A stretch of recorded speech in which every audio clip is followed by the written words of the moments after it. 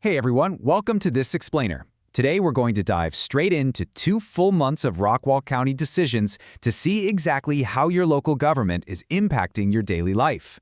If you're looking for a quick, citizen-focused update summarizing the key actions taken by the Commissioner's Court between May and July 2026, well, you are in exactly the right place. Let's get into it. You know, local government can sometimes feel a million miles away, but the reality is the decisions made at the county level directly shape the roads you drive on every single day, the safety of your neighborhoods, and exactly how your tax dollars are managed. So rather than getting bogged down in bureaucratic jargon or reading through endless meeting minutes, let's organize all these recent actions into clear, digestible themes that actually matter to you. So here's our roadmap for today. 1. Roads and infrastructure. 2. Safety and emergencies. And 3. County admin and community. Starting with Section 1, Roads and Infrastructure. We are going to kick things off with an absolutely massive priority for any booming, growing area. All right, check out this number, $10.3 million. That is a massive chunk of roadway funding fully committed to the South Ben Payne Road project. It's a huge push to improve a crucial artery right here in the county. But the really interesting part is that the county isn't actually doing this alone. They are officially partnering with the City of Fate for this project. They went ahead and approved an interlocal agreement to place these funds in escrow, which basically reimburses the construction costs as the work progresses. It's a highly strategic move. It's designed to vastly improve our regional traffic flow by building a new 4-lane divided roadway connecting I-30 all the way to State Highway 66. Plus, by structuring the funding this way, it totally safeguards the county's money just in case the project were to ever stall out. And that smart strategy ties right into another giant investment, a $7.7 million contract awarded to Tiseo Paving Company for the Crenshaw Road East project. Now, what's really fantastic for taxpayers here is that the county actually received 14 different bids for this project, and Tiseo came in as the absolute lowest bidder. In fact, they came in under both the engineer's estimate and the overall project budget. That is a huge win. But you know, infrastructure isn't just about giant highways and multi-million-dollar paving contracts, right? Sometimes it's about the safety of your literal front street. Recently, local residents from the High Point Lake Estates successfully petitioned the court for a speed hump study. The fascinating detail here is that their homeowners association only had 58% resident approval. That's just shy of the strict 60% required by county policy. However, they didn't take no for an answer. They presented such compelling traffic data, along with actual video evidence of unsafe driving in their neighborhood, which, by the way, doesn't even have sidewalks, that the court unanimously agreed to push forward with the warrant study anyway.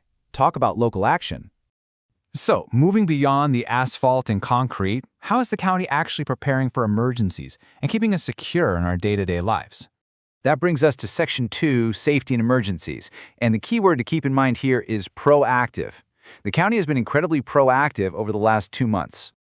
The court rapidly checked off several major safety milestones. First, they officially established a brand new Office of the Fire Marshal, appointing Steve Gutierrez to a 2-year term. They also forged a vital agreement with Rockwall ISD to get 4 more sheriff's deputies into the schools as school resource officers. Over on the policy side, they standardized their whole disaster response by adopting a formal disaster documentation policy. That basically just codifies exactly what is expected from every single department head the very second a disaster declaration is issued. And finally, they thoroughly reviewed and approved a completely updated winter weather plan. You know, making sure we are totally ready before the next big freeze rolls in. Beyond your traditional emergency prep, they also tackled rehabilitation. The court greenlit an innovative 10-week pilot program for substance abuse treatment right inside the Rockwall County Jail. It's run by the REC Treatment Center, and it's completely voluntary, designed specifically to meet the needs of local detainees. And honestly, the best part? This initiative comes with absolutely zero financial impact to the county for the first 6 months. Just a really smart, low-risk pilot program. Okay, so that covers roads and safety. But what about the day-to-day operations? What internal administrative decisions are actually trickling down to impact residents? Let's dive into Section 3, County Admin and Community. These are the internal gears and policies that keep the whole county machine running efficiently behind the scenes. First up, the court spent a good chunk of time tightening up internal payroll rules. They took some recommendations from the Benefit and Policy Review Committee and implemented a brand new policy. Now, county employees are required to burn through their compensatory time, their comp time, before they can even tap into their regular vacation time. This sparked a pretty heavy debate about transparency and budget impacts, but ultimately, the court decided it was absolutely crucial to get their payroll record-keeping and compliance in order. Looking at long-term savings, the county is also exploring a new enterprise fleet management proposal for its vehicles. The pitch is that it could potentially save the county a staggering $2.26 million over the next 10 years. That's no small change. But the court isn't just jumping in blind. Before moving forward, they directed the county auditor's office to conduct a fully independent evaluation of the proposal, making sure the math actually checks out. Over on the legal side of things, the court recently held a very well-attended dedication ceremony for a new Ten Commandments monument. While following that event, they received a demand letter from the Freedom from Religion Foundation. In response, the court officially voted to retain the First Liberty Institute as their legal counsel, tasking them with issuing a formal response to the organization on behalf of the county. Just impartial facts here, but it's a significant legal step they took this quarter. We also saw some truly fantastic community support pouring in, which just highlights the vibrant culture here in Rockwall. I mean, the court graciously accepted over $28,000 in total gifts just for the county library. That breaks down to $27,500 from the Friends of the Library and another $750 from the Friday Study Club.